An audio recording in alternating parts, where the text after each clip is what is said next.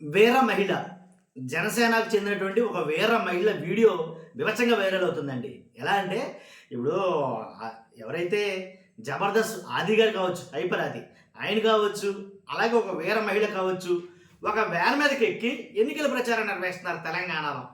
వాళ్ళ ఎన్నికల ప్రచారంలో భాగంగా ఇప్పుడు మాకు ఓట్లేయండి మా పవన్ కళ్యాణ్ గారి గురించి అలా ఇలా మాట్లాడితే పర్వాలా, అక్కడ పవన్ కళ్యాణ్ గారిని హైప్ చేయడం కోసం ఇక్కడ అంటే ఆంధ్రప్రదేశ్లో ఉండే ఎవరైతే జగన్మోహన్ రెడ్డి గారిని వాళ్ళని తక్కువ చేసి మాట్లాడడం వైఎస్ఆర్సీపీ వాళ్ళకి ససేమీర బొత్తిగా నచ్చట్లా.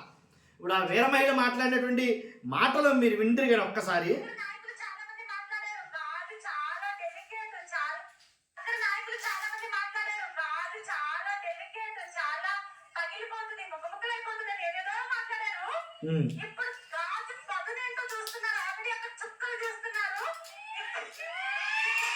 ఇప్పుడు గాజు డెలికేట్ పగిలిపోతుంది, మొక్క మొక్కల కింద పగిలిపోద్ది అని అన్నారంటే ఎవరన్నారు మరి. కానీ ఇప్పుడు ఏపీలో ఉన్న నాయకులు బాగా చూస్తున్నారండి. ఇప్పుడు ఆ గాజు గ్లాసుకు ఉండే పదును బాగా ఎక్కువ, ఆ పదునింటి ఇప్పుడు వాళ్ళు చూస్తున్నారు కాబట్టి అని ఆవిడ మాట్లాడడం. హైపర్ ఆది గారేమో రెండు తెలుగు రాష్ట్రాల్లో కూడా ఏంటి పవన్ కళ్యాణ్ గారు అంతటి నిజాయితీ పరుడు ఎవరూ లేరు అని హైపర్ ఆది గారు మాట్లాడడం, ఇవన్నీ మనం చూస్తున్నాం. కాబట్టి అంటే ఇప్పుడు ఓట్లు వేయండి ప్రచారం చేసుకోవడంలో తప్పేం లేదు, కానీ ప్రచారంలో భాగంగా ఎదుటి వాళ్ళని కించపరచకూడదు. అది నేను అనేది. ఏ నాయకుడినైనా సరే ఎవరైనా సరే అలా కించపడటం సబబు కాదు నా అభిప్రాయం. ఒకసారి ఈ వీర మహిళ గారు హైపరాది గారి గురించి ఆల్రెడీ నేను వీడియో చేశాను, దాని గురించి నేను చెప్పబోను. కానీ వీర మహిళ గారు మాట్లాడినటువంటి ఆ మాట నేను ఒకసారి పెడతాను, చూడండి. చూసిన తర్వాత మనం మాట్లాడుకుందాం. ఒకసారి చూడండి. నాయకులు చాలా మంది మాట్లాడారు, గాజు చాలా డెలికేట్, చాలా పగిలిపోతుంది, ముక్కముక్కలు అయిపోతుంది అని ఏదేదో మాట్లాడారు. ఇప్పుడు గాజు పదునేంటో చూస్తున్నారు, ఆల్రెడీ అక్కడ చుక్కలు చూస్తున్నారు. గాజు చాలా డెలికేట్, చాలా పగిలిపోతుంది, ముక్కముక్కలు అయిపోతుంది అని ఏదేదో మాట్లాడారు. ఇప్పుడు గాజు పదునేంటో చూస్తున్నారు, ఆల్రెడీ అక్కడ చుక్కలు చూస్తున్నారు.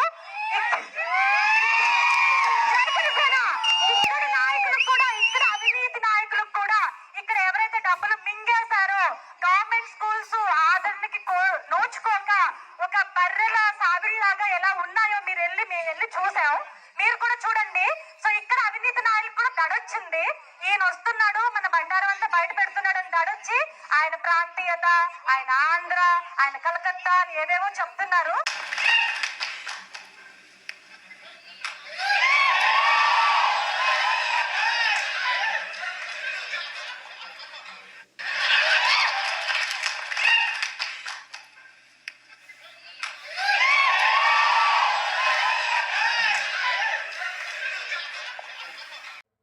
అది మీ షూట్ ఎంత 35 డేస్ జరిగింది. 35 days you are with Pawan Kalyan garu. Yeah yeah.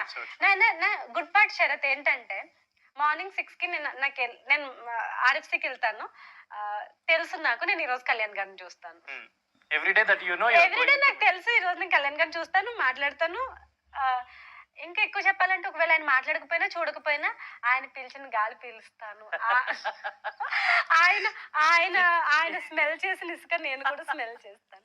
ఆయనకి వాటర్ ఇచ్చిన ప్రొడక్షన్ అబ్బాయి నాకు వాటర్ ఇస్తాను. ఇది యాక్చువల్ ఒక డైలాగ్ ఉంది, పిచ్ అంటారండి దీన్ని అని చెప్పి. అని పిచ్చానండి ఇది, నేను చెప్తున్నాను పిచ్చానండి ఇది.